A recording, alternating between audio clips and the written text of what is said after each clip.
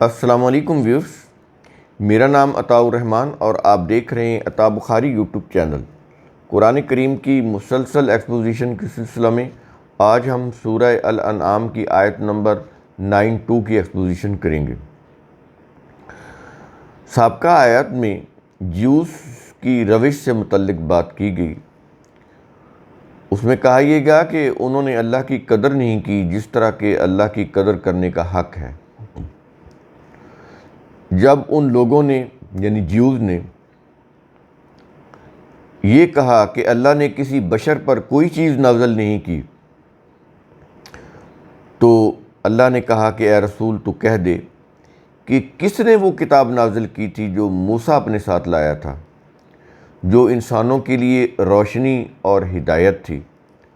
تم اس کو نقل کرتے ہوئے اوراق میں اس کو آگے پھیلاتے بھی ہو، اس کی روح سے اپنے تم نے مسالک مذاہب بھی بنائے ہوئے ہیں، تو اس میں کرتے تم یہ ہو کہ تھوڑا سا حق جو ہے جس کو تم سمجھتے ہو کہ یہ کوئی اتنا ہمارے لیے نقصان دہ نہیں ہے، اس کو ظاہر کر دیتے ہو، لیکن زیادہ تر جو حق ہے اس کو تو تم چھپا لیتے ہو۔ تو اس کے بعد کہا یہ گا کہ تمہیں سکھایا گیا جو تم نہیں جانتے تھے۔ نہ صرف یہ کہ تم نہیں جانتے تھے بلکہ تمہارے آباء و اجداد بھی نہیں جانتے تھے، تم بھی اور تمہارے آباء و اجداد بھی دونوں جانتے ہی نہیں تھے، ہم نے تمہیں سکھایا اور اس کتاب کے ذریعے سکھایا جو موسیٰ کے اوپر نازل ہوئی، باقی انبیاء کے اوپر نازل ہوئی، ان کے ذریعے سے سکھایا۔ اور آج تم یہ کہہ رہے ہو کہ اللہ نے تو کسی بشر کے اوپر کوئی چیز نازل نہیں کی۔ کہتا ہے کہ وہ کتاب اللہ نے نازل کی تھی، اور یہ جو رسول ہے آخری، اس کے اوپر جو کتاب قرآن ہے یہ بھی اللہ نے نازل کیا ہے۔ تم اس کا انکار کرنے کے لیے یہ کہہ رہے ہو کہ اللہ نے تو بشر کے اوپر کوئی چیز نازل ہی نہیں کی۔ یہ سمجھ آ رہی ہیں یہ چیزیں آپ کو؟ یہ اس طرح سے آپ قرآن کو سمجھیں گی تو پھر بات سمجھ آئے گی کہ قرآن دراصل کہنا کیا چاہ رہا ہے۔ تو اس بات کو کہنے کے بعد اب یہ کہا یہ جا رہا ہے کہ اے رسول تو پھر انہیں چھوڑ دے کہ یہ اپنے بحث میں اپنے تکرار میں یہ کھیلتے رہیں، اپنی بحث و تکرار میں، اپنی فضول باتوں میں، فضول گفتگو میں یہ کھیلتے رہیں۔ اور ہم نے اس لیکچر میں آپ کو بتایا تھا کہ یہی کچھ ہم کر رہے ہیں۔ وہ طلاق کا مسئلہ ہو، نکاح کا مسئلہ ہو، وراثت کا مسئلہ ہو، بحثیں چل رہی ہیں قرآن سے ہٹ کر۔ قرآن ہے ہی نہیں ان بحثوں کے اندر۔ ان میں یہی ہوتا ہے کہ ہمارے امام نے یہ کہا ہے اور وہ کہتا ہے ہمارے امام نے یہ کہا ہے۔ وہ کہتے ہیں یہ اس کے حق میں یہ روایت ہے، وہ کہتا ہے نہیں اس کے خلاف یہ روایت ہے۔ اسی طرح روایات کی روح سے، کیونکہ روایات جو ہیں متضاد ہیں، مختلف ہیں، متضاد ہیں، اس سے پھر فرقے بنے، ورنہ تو فرقے بن ہی نہیں سکتے۔ قرآن سے کوئی فرقہ نہیں بن سکتا۔ فرقہ کن سے بن سکتا تھا یا بنا یا بنائے جا رہے ہیں؟ وہ روایات سے۔ وہ روایات اس طرح سے ڈیزائن کی ہوئی ہیں کہ وہ ایک دوسرے کے خلاف ہیں، روایات متضاد ہیں، ایک دوسرے سے ٹکراتی ہیں، اس وجہ سے فرقے بنتے ہیں مختلف۔ وہ جب فرقے بنتے ہیں مختلف روایات کی بنیاد پر، تو وہ بھی آپس میں ٹکراتے ہیں، وہ بھی پھر آپس میں ایک دوسرے کی مخالفت کرتے ہیں، اختلاف کرتے ہیں۔ یہ چیزیں سمجھ آ رہی ہیں آپ کو؟ یہ اس طرح سے اگر قرآن کو لے آئیں تو سارے فرقے ختم ہو جائیں گے، اس لیے وہ پھر قرآن کو بیچ میں نہیں لاتے۔ قرآن کو انہوں نے ایک طرف رکھا ہوا ہے، تو ایک ہی تکرار ہوتی ہے، کالا کالا رسول اللہ صلی اللہ علیہ وسلم، کہ رسول نے یہ فرمایا، رسول نے یہ فرمایا۔ اور ان کو کس نے بتایا یہ رسول نے یہ فرمایا؟ ایرانیوں نے، پرشین محدثین نے۔ نہ پرشین محدثین نے رسول سے سنا، اور انہوں نے تو سننا ہی کیا، جن کا نام لے کے وہ کہہ رہے ہیں نا، جنہوں نے یہ روایات وضع کی، وہ خود رسول کی وفات کے 250-300 سال کے بعد ایران میں پیدا ہوئے، سعودی عرب کے بھی نہیں تھے کہ مکہ یا مدینہ کے تھے، وہاں کے رہنے والے تھے، وہ بھی نہیں، ایران کے۔ تو جو وہ کہہ رہے ہیں اس کو یہ اقوال رسول مان رہے ہیں، جو قرآن کے اندر ہے اس کو وہ اقوال رسول ماننے کے لیے تیار ہی نہیں ہے، جو محفوظ شکل میں ہے۔ یہ چیزیں بڑی قابل غور ہیں۔ سابقہ آیت کے اندر یہ بات ہوئی۔ اس کے بعد ہم آتے ہیں آج کے لیکچر پر، سورہ الانعام آیت نمبر 92۔ کہا یہ جا رہا ہے کہ وَهَذَا کتابٌ، اب یہ اشارہ قرآن کی طرف ہے کہ اور یہ کتاب قرآن ہے۔ اس کی تردید کرنے کے لیے تم کہہ رہے ہو نا کہ اللہ نے تو کسی بشر پر کوئی چیز نازل نہیں کی، تو کہتا ہے جیسے موسیٰ پر نازل ہوئی، جیسے باقی انبیاء پر نازل ہوئی، اسی طرح یہ جو آخری نبی ہے اس کے اوپر یہ قرآن نازل ہوا۔ اب وہ جو پیچھے جو تم نے اوراق بنا بنا کے، پیچھے بات ہوئی ہے نہیں کہ تم اوراق میں اس کو لکھتے ہو، بناتے ہو، نقل کرتے ہوئے، تو تم جو تھوڑا سا حق جو ہے وہ ظاہر کر دیتے ہو اور زیادہ تر جو حق ہوتا ہے وہ چھپا دیتے ہو۔ یہ چیز کہیں گئی نا، پھر اس میں بھی تم تحریف کرتے ہو۔ اب یہ جو چیزیں ہیں وہ تو گڈمڈ ہو گئی، مکس اپ ہو گئی، صحیح چیزیں غلط چیزیں مکس اپ ہو گئی، اسی کو تم اپنے آباء و اجداد سے سنتے سناتے آگے آ رہے ہو۔ اب ان کی تو کوئی حقیقت نہیں رہی کہ وہ حق ہے، وہ بات تو نہیں رہی، وہ تو مکس ہو گئی چیزیں۔ تو یہ جو قرآن ہے اس کے اندر ہم نے پچھلے انبیاء کو، ان کی اقوام کو بھی ذکر کر دیا ہے جو ضروری چیزیں تھیں، اور جو اس وقت کی موجودہ صورتحال ہے وہ بھی، یہ سب کچھ ہم نے اتنے جامع انداز میں مکمل طور پر پیش کر دیا ہے کہ قیامت تک اب کسی کتاب کی یا نبی کی ضرورت نہیں ہوگی۔ آخری نبی اور اس کے اوپر نازل ہونے والی آخری کتاب قرآن، نہ اس کے بعد وحی کا سلسلہ ہوگا، نہ کوئی نبی آئے گا اور نہ ہی کوئی کتاب آئے گی، اور یہ اتنی جامع ہے کہ کہا گیا کہ تمت کلمۃ ربی کا صدق و معادلہ، کہ اللہ نے اسے صدق اور عدل کے ساتھ مکمل کر دیا۔ اس کی بات مکمل ہوگی اس قرآن کے اندر قیامت تک کے لیے۔ اب کسی ایڈیشن کی ضرورت نہیں ہے، کسی نبی کی ضرورت نہیں ہے، کسی وحی کی ضرورت نہیں ہے، یہ سلسلہ ختم ہو چکا۔ یہ اتنا جامع ہے کہ قیامت تک کی رہنمائی کے لیے کافی ہے۔ اس لیے تو تمت کا لفظ کہا گیا کہ اس قرآن میں تیرے رب کی بات مکمل ہو گئی، تمام ہو گئی، کوئی چیز نہیں رہی۔ تو اس لیے کیا یہ رہا ہے، وَهَذَا کتابٌ، یہ کتاب قرآن، یہ کتاب قرآن ہے۔ اس کے بعد کیا یہ رہا ہے کہ انزلناہ، ہم نے اسے نازل کیا ہے، جیسے ہم نے موسیٰ پر نازل کیا ایسے ہم نے اسے نازل کیا۔ اس کے بعد کیا یہ رہا ہے کہ اس کتاب کی خصوصیت کے بارے میں، مبارکن، یہ مبارک ہے۔ یہ مبارک کیا ہوتا ہے؟ جو ایک جگہ کے اوپر قائم ہو اور وہ آگے نشو و نما کرتا چلا جائے۔ قرآن کے الفاظ قرآن کی جلد کے اندر موجود ہیں، لیکن اتنے پوٹینشل والے الفاظ ہیں، ان کے اندر اتنا پوٹینشل ہے، اتنی ڈیپتھ ہے ان کے میننگز کے اندر، اتنے وہ کمپریہنسو ہیں، اتنے وہ کنڈینس ہیں کہ قیامت تک کے انسانوں کی رہنمائی کرنے کے قابل ہیں۔ اتنی ان کے اندر پوٹینشیلٹی ہے، اتنی صلاحیت ہے ان الفاظ کے اندر کہ ہر دور کے لوگوں کو اس دور کے مطابق رہنمائی فراہم کرتے چلے جائیں۔ یہ ہوتی ہے مبارک کتاب، یہ ہوتی ہے برکت۔ سمجھ آ رہی ہے یہ چیزیں کہ برکت یا مبارک کیا ہوتا ہے؟ اپنی جگہ کے اوپر کوئی چیز قائم ہو اور نشو و نما کرتی چلی جائے۔ یہ کتاب اللہ، اس کے اندر یہ خاصیت ہے اس کے الفاظ میں کہ قیامت تک کے انسانوں کے لیے رہنمائی کریں گے۔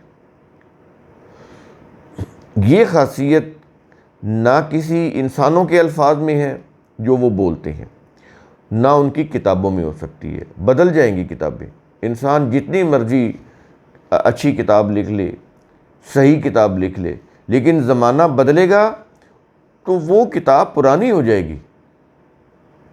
وہ کتاب پھر اگلے آنے والے دور کے لوگوں کے لیے رہنمائی بن ہی نہیں سکتی۔ وہ وہیں اسی دور کی ہو کر رہ جائے گی۔ جب آگے تہذیب تمدن ترقی کریں گے، نئی تحقیق آئے گی، نئی چیزیں آئیں گی، پچھلی پرانی ہو جائے گی، فرسودہ ہو جائیں گی۔ لیکن یہ جو کتاب اللہ ہے، اس کے جو الفاظ ہیں، یہ قیامت تک کے انسانوں کی رہنمائی کے لیے ہیں۔ اتنا پوٹینشل ہے ان الفاظ کے اندر، تو انسانی کلام میں تو اتنا پوٹینشل نہیں ہو سکتا۔ آج اگر کوئی قانون بنانے والے، کوئی لیجسلیٹو، کوئی بھی آپ اس میں بڑے بڑے قانون دان آپ لے آئیں، لیکن ایک وقت آئے گا کہ وہ قانون فرسودہ ہو جائیں گے، نئے قوانین بنانے پڑیں گے۔ بیسیکلی تو وہ لاز ہوتے ہیں، قانون انسان بنا ہی نہیں سکتا، بنائے گا تو وہ تو اپنے مفاد کے لیے بنائے گا، دوسروں کو تباہ کر دے گا۔ انسان تو اللہ کے بنائے ہوئے قوانین سے بائی لاز بنا سکتے ہیں، اور وہ بائی لاز جو ہیں انسانیت کے لیے فائدہ مند ہو سکتے ہیں جس کی بیس اللہ کے قوانین ہو، اللہ کی آیات ہو۔ اگر وہ اپنے خود سے کوئی قانون بنائیں گے تو وہ اپنی مفاد پرستی کا قانون بنائیں گے، اس میں تو ان کا اپنا مفاد ہوگا، باقیوں کو وہ تباہ و برباد کر کے رکھ دیں گے، اور یہی ہو رہا ہے اس دنیا کے اندر۔ تو جب تک یہ حقیقت آپ تسلیم نہیں کریں گے، یعنی ہم تسلیم نہیں کریں گے، ہم انسان، کہ ہم قوانین نہیں بنا سکتے، قانون صرف اللہ بنا سکتا ہے۔ ہم تو اپنی سوسائٹی کے لیے بائی لاز بنا سکتے ہیں، کس بیس پر؟ وہ جو قوانین اللہ نے اپنی کتاب کے اندر نازل کیے ہیں اس کی بیس پر۔ اگر اس کی بیس انسانی خیالات کے اوپر ہوگی، انسانی تصورات کے اوپر ہوگی، انسانوں کے بنائے ہوئے قوانین کے اوپر ہوگی، تو یہ سب ملیہ میٹ کر دے گی، تباہی اور بربادی کر دے گی، اور یہی چیزیں ہو رہی ہیں اس دنیا میں۔ اسی لیے تباہی اور بربادی آ رہی ہے کہ انسان اپنی مفاد پرستی کے قوانین بنا کر ان کو رائج کرنے پہ اوپر تلا ہوا ہے، نہیں بنا سکتا، اسی سے تباہی آئے گی۔ انڈیا میں دیکھ لیں آپ، یہ ہندوتوا کیا چیز ہے کہ اس میں صرف ہندو رہنے چاہیے، یہ ہندو دیش ہے، اس میں صرف ہندو رہنے چاہیے، باقی ہندوؤں کے علاوہ یہاں پر کوئی نہیں ہونا چاہیے۔ اسی کے اوپر مودی سرکار نے کام کیا ہے نا، لیکن اسی کی خلاف آوازیں اٹھ رہی ہیں۔ تو دنیا میں جہاں بھی اس طرح کا جو استبداد ہوگا تو اس کے خلاف پھر آوازیں اٹھیں گی، وہ کمزور ہوں گی، لیکن وقت کے ساتھ ساتھ وہ پھر مضبوط بھی ہوں گی۔ ابھی تو بہت شور ہے دنیا میں، گورے جو ہیں وہ کہتے ہیں ہم ہی ہوں، کالے نہ ہوں، ٹھیک ہے، ایسے ہی ہندو کہتے ہیں اس دیش میں ہم ہی ہوں، کوئی اور نہ ہو، کوئی اور قوم نہ بستی ہو۔ یہ فطرت کے خلاف ہے، زمین اللہ کی ملکیت ہے، تو یہ جو تفریق کرنا، یہ ڈسکریمنیشن، یہ فطرت کے خلاف ہے۔ تو اس کی تباہیاں پھر دنیا کے سامنے آ رہی ہیں۔ تو کہتا ہے کہ یہ جو کتاب قرآن ہے، اسے ہم نے نازل کیا، یہ مبارک ہے، یہ چیز ہوگی۔ اور ایک خصوصیت تو یہ بتائی نا کہ یہ مبارک ہے، دوسری خصوصیت کہتا ہے مصدق الذی، تصدیق کرنے والی ہے اس کتاب کی جو، یہ الذی میں وہ بریکٹ میں ہم نے کتاب دیا ہوا ہے، یہ تصدیق کرنے والی ہے اس کتاب کی جو، کون سی؟ اگلے الفاظ ہیں، کیا یہ رہا ہے؟ بین یدیہ، اس سے پہلے، یعنی جو کتاب اس سے پہلے نازل کی گئی، یہ جو قرآن ہے اس کی تصدیق کرنے والا ہے۔ یعنی یہ جو جیوز تھے، یہ جو کرسچن تھے، وہ کہتے تھے نا کہ ہمارے پاس بھی وحی کا علم ہے، تو قرآن نے بتایا کہ تم تھوڑا ظاہر کرتے ہو حق کو کتاب میں سے، زیادہ تر کو تو تم چھپا لیتے ہو، اور اس میں بھی تم تحریف کرتے ہو۔ تو اب یہ حق تو نہ رہا، وہ تو مکس ہو گیا۔ تو اب اس میں سے کون سی چیز صحیح تھی تمہارے پاس یا صحیح ہے، تو اس کا فیصلہ یہ کتاب کرے گی۔ یہ ہے مصدق، یہ تصدیق کرے گی کہ اس سے پہلے جو کچھ نازل ہوا، اس سے متعلق جو کچھ تم باتیں کر رہے ہو، تو اس میں دیکھا جائے گا اس کتاب میں کہ اگر وہ تمہاری کوئی بات بیان کی ہوئی جس کو تم کہتے ہو کہ یہ ہماری کتاب میں یہ حق لکھا ہوا ہے، تو پھر اس کی تصدیق اس کتاب سے ہوگی۔ اگر اس کتاب کے مطابق وہ بات ہے تمہاری کسی کتاب کی، تو وہ تمہاری بات ٹھیک ہے، تمہاری اس کتاب کی بات کو درست تسلیم کیا جائے گا۔ اگر یہ قرآن تمہاری اس کتاب کی کسی بات کی تصدیق نہیں کرتا تو اس کا مطلب یہ ہے کہ وہ تمہارے مذہبی پیشواؤں نے بنائی ہے، وہ کتاب اللہ کا حق نہیں ہے، وہ اللہ نے نازل نہیں کیا، وہ تمہارے مذہبی پیشواؤں کی اختراع ہے، وہ ان کی خود ساختہ شریعت ہے، ان کے خود ساختہ احکام ہے، اللہ نے نازل نہیں کیے۔ وہ تو بتا رہا ہے قرآن کے اندر کہ تم نے بہت ساری چیزوں کو خود حرام کیا، ہم نے نہیں حرام کیا۔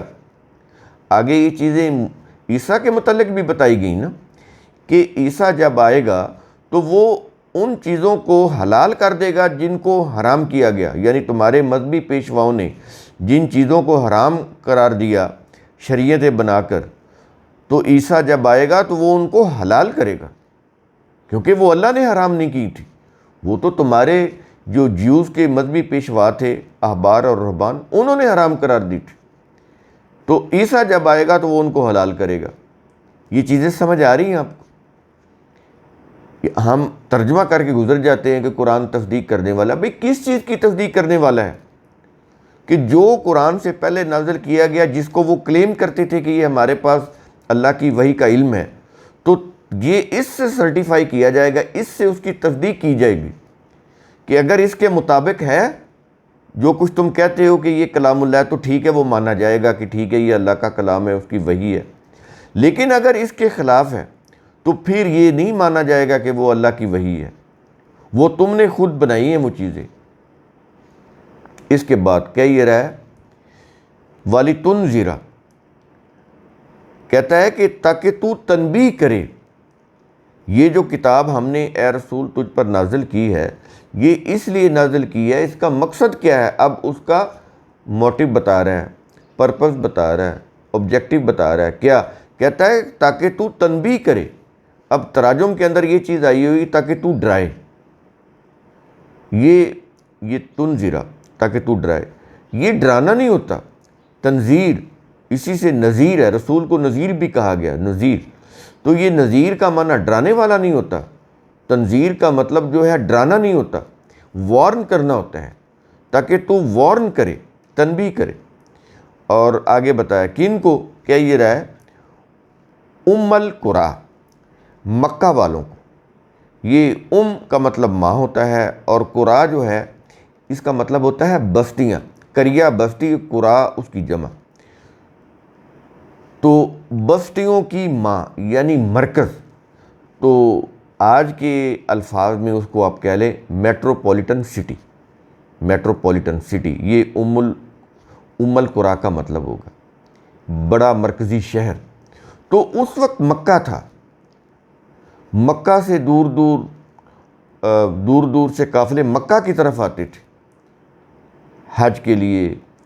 تو یہ اس طرح سے چیزیں تھیں، یہ نہیں کہ رسول کے ہی دور میں مکہ کو یہ مقام حاصل ہوا، یہ شروع سے چلا آ رہا تھا، جب سے اللہ نے بنایا۔ یہ پہلا قبلہ ہے انسانوں کا۔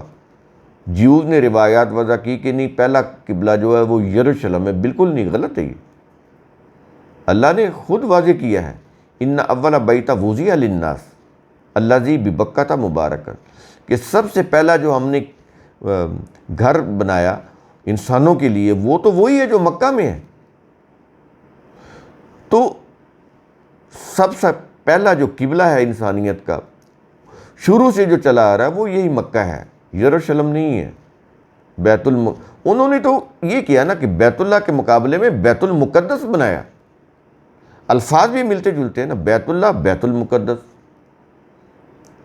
تو انہوں نے کہا کہ یہ قبلہ اول ہے، وہ جیوز کا قبلہ اول انہوں نے بنایا اور لوگوں کو بتایا کہ ہمارا قبلہ ہے، تم ہماری طرف رجوع کرو۔ لیکن اللہ نے کہا نہیں، قبلہ اول انسانیت کا قبلہ وہ تو مکہ میں ہے۔ تو یروشلم یا بیت المقدس تو کبھی یہ قبلہ اول رہا ہی نہیں، اور بیت المقدس اللہ نے تو اس کو نام نہیں دیا، یہ تو جیوز نے دیا نام مکہ کے مقابلے میں۔ یہ چیزیں بڑی قابل غور ہیں، اس میں ہم نہیں جاتے ورنہ یہ بہت لمبا ہو جائے گا لیکچر، یہ ہم اس سے ہٹ جائیں گے آیت سے۔ تو کہتا ہے کہ مکے والوں کو تو تنبیہ کر، اور کہتا ہے کہ ومن حولہا، اور جو اس کے آس پاس رہنے والے ہیں ان کو بھی تنبیہ کر۔ اب ظاہر ہے اس دور کے اندر کو بہت زیادہ ٹریول تو نہیں کیا جا سکتا تھا، تو دعوت اور تبلیغ کا کام تو وہیں سے شروع ہونا تھا نا، جہاں رسول کا جو مرکزی شہر تھا مکہ، تو وہیں سے شروع کرنا تھا اس کو۔ تو کہہ یہ رہا ہے کہ مکے والوں کو اور اس کے آس پاس رہنے والوں کو تو تنبیہ کر، اور اس کے بعد کیا یہ رہا ہے کہ والذین یؤمنون بالآخرۃ، اور وہ لوگ جو آخرت پر یقین رکھتے ہیں۔ اب ان کے بارے میں کیا چیز کہی جا رہی ہے کہ جو لوگ آخرت پر یقین رکھتے ہیں وہ کیا کرتے ہیں، ان کی خصوصیت بتا رہا ہے یا ان کی اہلیت بتا رہا ہے۔ کہتا ہے وہ یہ کرتے ہیں، الفاظ ہے یؤمنون بہ، وہ اس قرآن پر ایمان لاتے ہیں۔ غور کریں آپ، قرآن کیا بات کہہ رہا ہے کہ اس قرآن کے اوپر وہی لوگ ایمان لا سکتے ہیں جو آخرت کے اوپر یقین رکھتے ہیں۔ جن لوگوں کا آخرت کے اوپر یقین نہیں، بھلے وہ مانتے ہوں کہ ہم آخرت کے اوپر یقین رکھتے ہیں، جیسے ہم آخرت کے اوپر یقین رکھتے ہیں، یعنی زبانی کلامی، عملی طور پر نہیں، یقینی طور پر نہیں کہ ہم اپنے عمل سے ہی کر لیں کہ آخرت میں کہیں ہمیں نقصان نہ ہو جائے، تو اس طرح کا تو یقین نہیں ہے نا ہمارا۔ عقائد کی حد تک یقین ہے، یقین نہیں بلکہ ایمان ہے، یقین اور چیز ہوتی ہے۔ تو عقائد کی حد تک ہے ہمیں، ہمارا ایمان ہے کہ ہم آخرت کو مانتے ہیں، ہمارا ایمان ہے ہم یہ قرآن اللہ کی کتاب ہے، لیکن کتنا مانتے ہیں ہم قرآن کو؟ ہمارے تو جتنے بھی مذہب کی چیزیں ہیں ساری تاریخ کی روح سے ہیں، قرآن کی روح سے تو نہیں ہیں۔ حدیث بھی تو، یہ جس کو حدیث رسول حدیث بولتے ہیں، وہ بھی تو تاریخ ہی ہے نا، قرآن تو نہیں ہے۔ قرآن کی روح سے تو کوئی چیز بھی نہیں ہے، نہ ریاست کے قوانین ہے، نہ ہماری جو پرائیویٹ لائف ہے اس کے قوانین ہے، نہ پرائیویٹ لا قرآن کے مطابق ہے، نہ پبلک لا قرآن کے مطابق ہے۔ وہ کس کے مطابق ہے؟ فقہ کے مطابق جو انسانوں نے بنائی۔ فقہ کی بیس کیا ہے؟ روایات۔ تو قرآن تو ہے ہی نہیں۔ کہتے ہیں مسلم ممالک، ٹھیک ہے آپ کہتے رہیں، آپ کا دعویٰ ہے، اللہ کے قرآن کے اوپر ذرا اس کو رکھے نا، تو پھر بتائیں کیسے یہ مسلم ممالک ہے اور کیسے ہم اپنے آپ کو مسلم کہلاتے ہیں۔ ہمارے دعوے سے تو کچھ نہیں ہوگا، فیصلہ تو قرآن نے کرنا ہے نا۔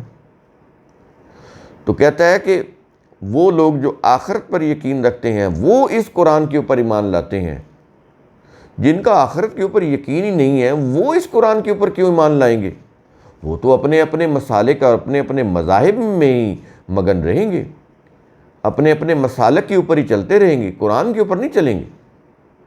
وہ جتنا مرضی دعویٰ کرتے رہیں کہ ہم کلمہ گو مسلمان ہیں، ہم قرآن کو مانتے ہیں، ہم آخرت کو مانتے ہیں، کہتے رہیں، لیکن ان کا ایک ایک عمل قرآن کے خلاف ہے، عملی تکذیب کرتے ہیں وہ۔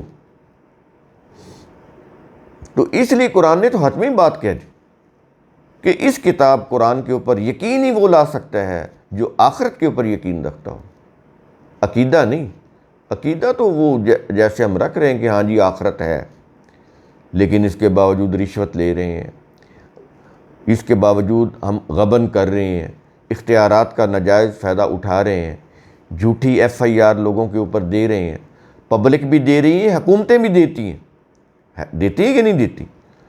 تو یہ سارا یہ جتنا بھی تھانہ کچہری کا نظام ہے سب جھوٹ کے اوپر مبنی ہے۔ مخالفین کو پھنسانے کے لیے جھوٹی ایف آئی آریں درج کرائی جاتی ہیں، کیوں کہ مخالف ہے۔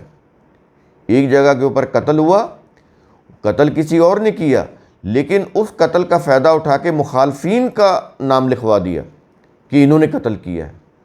ہوتا ہے نا یہ، تو پھر زندگی کو ظاہر عذاب بنایا وہ، صبح سے شام تک انہی مسائل میں ہم گھرے ہوئے ہیں، اور اس میں جو صحیح لوگ ہوتے ہیں وہ بھی اس کی لپیٹ میں ہیں۔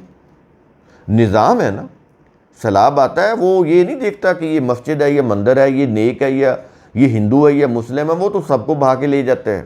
نظام اسی طرح قرآن اقوام کی بات کرتا ہے، اقوام میں اگر کوئی تھوڑے بہت صحیح لوگ بھی ہوں گے وہ بھی اس میں پسے جائیں گے، اس دنیا میں۔